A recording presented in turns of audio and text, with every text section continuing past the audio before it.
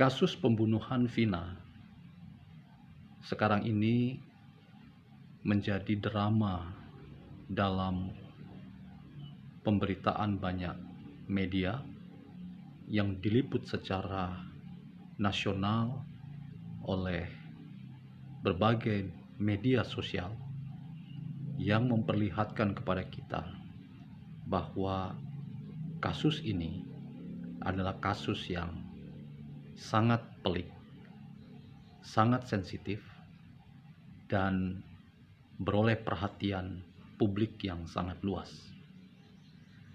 Tidak hanya karena segmen keterlibatan banyak pihak yang sangat besar, sampai-sampai beberapa petinggi dari penegak hukum harus dimintai keterangan, bahkan pertanggungjawaban.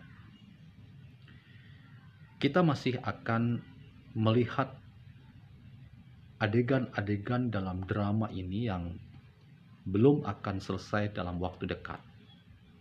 Tetapi pihak penegak hukum memiliki banyak cara untuk memastikan bahwa proses penegakan hukum terus akan dilakukan dan melibatkan scientific investigation seperti yang sering didengungkan oleh para penegak hukum untuk memastikan bahwa objektivitas itu akan menjadi pintu masuk bagi ditemukannya titik-titik terang dalam rangka penegakan hukum yang berkeadilan.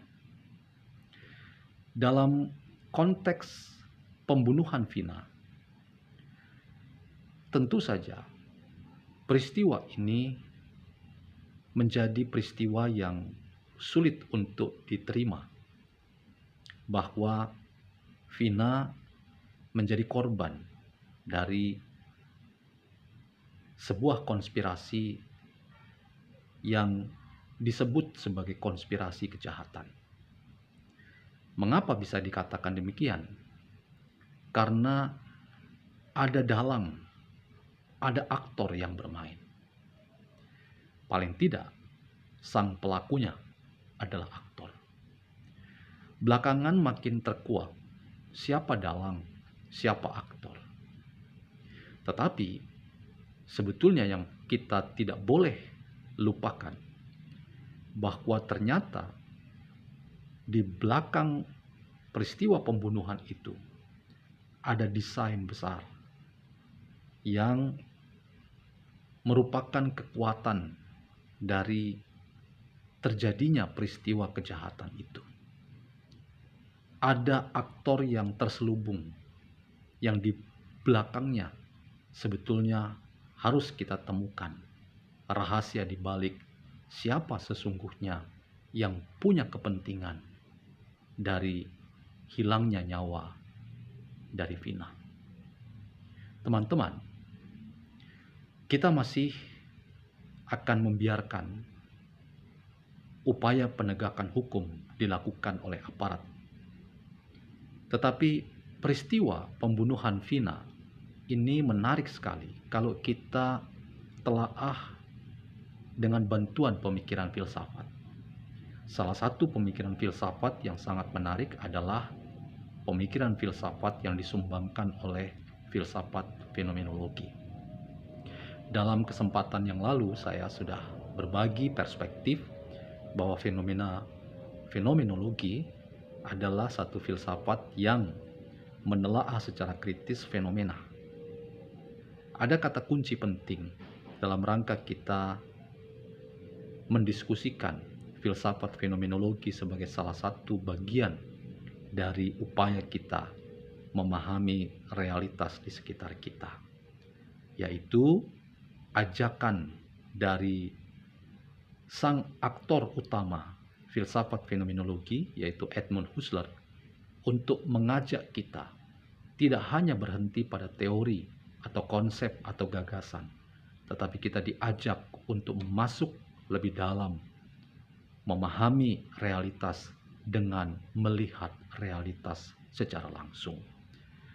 Disinilah konsep dan ajakan untuk back to the thing itself, atau mari kita kembali melihat realitas dengan mata telanjang. Itu penting sekali untuk memastikan bahwa kita melakukan filsafat fenomenologi dengan baik. Jadi filsafat fenomenologi adalah filsafat yang menolong kita untuk melampaui definisi-definisi yang dikeluarkan, disampaikan oleh sederet gagasan, konsep, dan teori. Yang paling penting dari filsafat fenomenologi adalah lihatlah bendanya, lihatlah barangnya, lihatlah realitas yang ingin didekati, dipelajari, dan ditemukan kebenaran dan pengetahuan darinya. Memang ada benarnya bahwa dalam berpikir filsafat fenomenologi, yang namanya barang, benda, realitas itu tidak berdiri sendiri. Di belakangnya sudah ada nilai, ada kepentingan.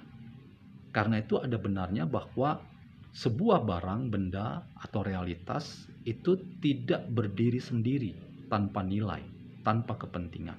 Sudah ada nilai yang disematkan pada sebuah barang, konsep, gagasan.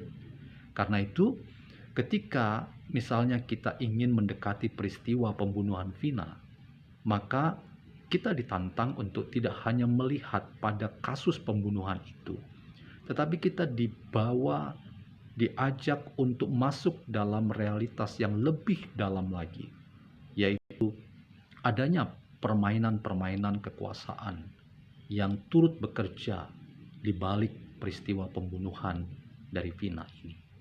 Nah, disinilah pentingnya filsafat fenomenologi, yaitu menolong kita untuk tidak hanya mendekati realitas, tetapi bertanya, ada nilai apa, ada kepentingan apa di balik sebuah peristiwa.